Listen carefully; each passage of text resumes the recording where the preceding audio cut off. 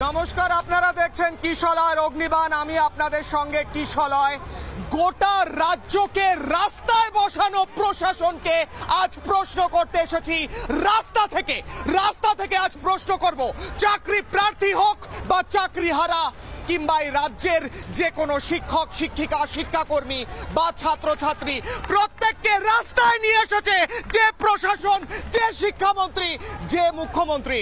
প্রশ্ন করব আমি কিশলয়। আজ কিশলয়ের অগ্নিবাণে আমার প্রশ্ন থাকবে রাস্তায় বসে। আমার অতিথিরা আজ রাস্তায় বসেছেন, আমি আজ রাস্তায় বসেছি, এবং আমরা প্রত্যেকে আজ রাস্তায় বসে ডিবেট করব। মমতা বন্দ্যোপাধ্যায়, ব্রাত্য বসু, আপনার প্রশাসন, আমরা এই রাস্তা থেকে প্রশ্ন করব, করতেই থাকবো রিপাবলিক বাংলায়। কিশলয়ের অগ্নিবাণে প্রশ্ন করব আপনাকে, এত যে পাল্টি খাচ্ছেন, পাল্টি খেতে খেতে আপনার সরকারটা পাল্টে যাবে না তো? প্রশ্ন করব। তবে সবার আগে, অতিথিদের কাছে যাওয়ার আগে, ডিবেটে যাওয়ার আগে আজকের প্রতিবেদন দেখুন।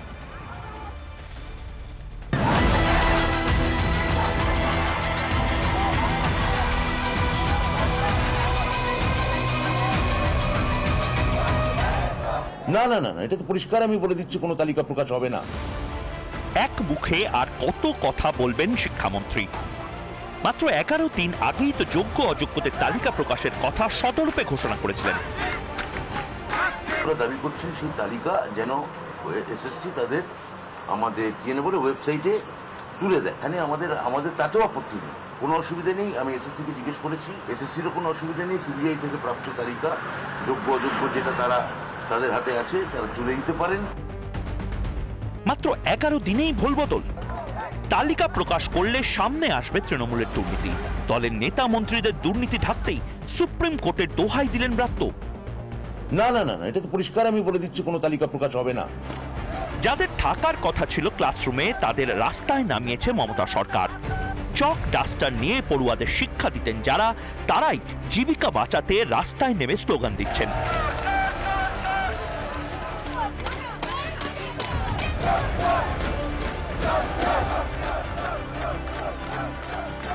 সুপ্রিম কোর্ট অর্ডার দিয়েছে যারা নন টেন্টেড তারাই কেবলমাত্র স্কুলে যাবে, তাহলে আমরা নন টেন্টেড আর টেন্টেড কে ডিভাইডেড করব কি করে? অযোগ্যগুলোকে বাঁচানোর চেষ্টা হচ্ছে, বিভিন্ন রকম ভাবে আমাদেরকে ললিপপ খাওয়ানো হচ্ছে।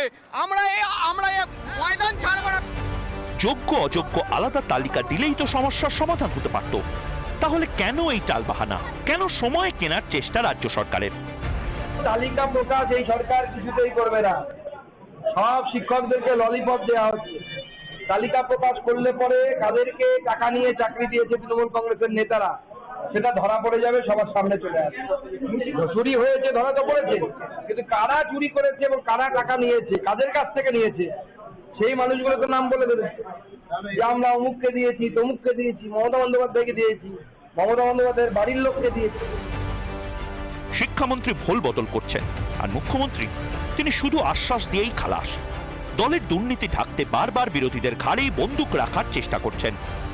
বাংলায় কয়েকটা লোক আছে, আপনারা জানেন, টিচারদের চাকরি খাওয়ার জন্য, গভর্নমেন্ট সার্ভিস খাওয়ার জন্য, যে কোনো ব্যাপারে কথায় কথায় জনগণের কাজ করে না। ওরা কোর্টে গিয়ে শুধু পিল খায়। আমরা চাকরি দেব আর ওরা চাকরি খাবে। তৃণমূল নেতা মন্ত্রীদের দুর্নীতির দায় কি নেবেন না মুখ্যমন্ত্রী? সার্বিক ব্যর্থতার দায় নিয়ে মমতা ও প্রশাসনের কি পদত্যাগের সময় এখনো হয়নি?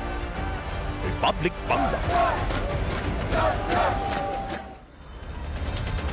নাটক, অভিনয় কোথায় ভালো লাগে? মঞ্চে ভালো লাগে। নাটককে যদি শিক্ষামন্ত্রীর দফতরে নিয়ে আসা হয়, আপনার হবি হতে পারে, আপনার শখ হতে পারে, আপনার প্রফেশন হতে পারে, আপনার কাজ হতে পারে নাটক করা, কিন্তু শিক্ষামন্ত্রীর দফতরে চেয়ার থেকে নাটক করা আপনার কাজ নয়। এত পাল্টি খেলে তো লোকে আপনাকে পাল্টি বাবু বলবে। ব্রাত্য বসু, কদিন আগে আপনি বলেছিলেন লিস্ট প্রকাশ করবেন, আজকে পাল্টি খেয়ে গেলেন। পাল্টি খেতে লজ্জা হয় বেশিরভাগ মানুষের বলে জানি, এটাই ট্র্যাডিশন, লোকে পাল্টি খেয়ে একটু লজ্জা পায়। আপনি বা আপনার আশেপাশে যারা আছে, যারা পাল্টি খেয়ে এদেরকে রাস্তায় বসিয়েছেন, আমার পেছনে যারা প্রত্যেকে বাড়ি ছেড়ে, ক্লাসরুম ছেড়ে, স্কুল ছেড়ে আজ রাস্তায় বসে আছে, তাদের ক্ষেত্রে আপনার কি খারাপ লাগাটা একটু হচ্ছে, একটু লজ্জা হচ্ছে? প্রশ্ন করছি কারণ আপনি পাল্টি খেয়েছেন। প্রমাণ চান? এটা রেকর্ড করুন, স্ক্রিনশট করুন, স্ক্রিন রেকর্ড করুন, করে বারবার বাড়িতে নিজের টিভিতে চালিয়ে দেখুন আপনার পাল্টি খাওয়াটা। এটা একটা রেকর্ড পাল্টি। দেখুন, ব্রাত্য বসুর পাল্টি। যোগ্য অযোগ্য তালিকা আমাদের আছে, এক, এবং দুই, ওরা দাবি করছেন সেই তালিকা যেন এসএসসি তাদের আমাদের ওয়েবসাইটে তুলে দেয়। এবার এখানে আমাদের তাতেও আপত্তি নেই, কোনো অসুবিধা নেই। আমি এসএসসিকে জিজ্ঞেস করেছি, এসএসসি চেয়ারম্যান ওখানে আছে, এসএসসিরও কোনো অসুবিধা নেই। সিবিআই থেকে প্রাপ্ত তালিকা যোগ্য অযোগ্য যেটা তাদের হাতে আছে তারা তুলে দিতে পারেন, এবং সেখানে কোনো সমস্যা নেই যদি আইনি পরামর্শ আমরা ইতিবাচক পাই। না না না না, এটা তো পরিষ্কার আমি বলে দিচ্ছি, কোনো তালিকা প্রকাশ হবে না, কেননা এটা আইনি আমাদের পরামর্শদাতারা বলেছেন এটা সুপ্রিম কোর্টের এরকম কোনো গাইডলাইন নেই, এরকম করলে এটা কন্টেম্প্ট অফ কোর্ট হতে পারে। কিশলয়ের অগ্নিবাণে আজ আমার প্রথম অগ্নিবাণ, একমাত্র অগ্নিবাণ। কিশলয়ের অগ্নিবাণে আজ আমার প্রশ্ন, পাল্টি খেতে খেতে এবার পাল্টে যাবে গোটা তৃণমূল সরকারটাই। পাল্টি যা খাচ্ছেন, রেকর্ড পাল্টি, লোকে আশ্চর্য হয়ে যাচ্ছে। সার্কাসে এরকম পাল্টি খেতে দেখা যায় না, যারা পাল্টি খেয়ে থাকেন সার্কাসে। এটা আমার আজকের প্রশ্ন, আজকের অগ্নিবাণ। নানা ধরনের কন্টেন্ট দেখার জন্য লাইক করুন, শেয়ার করুন আমাদের ফেসবুক পেজ, সাবস্ক্রাইব করুন আমাদের ইউটিউব চ্যানেল। পাশাপাশি অন্যান্য ব্রেকিং নিউজের জন্য অবশ্যই চোখ রাখুন রিপাবলিক বাংলায়।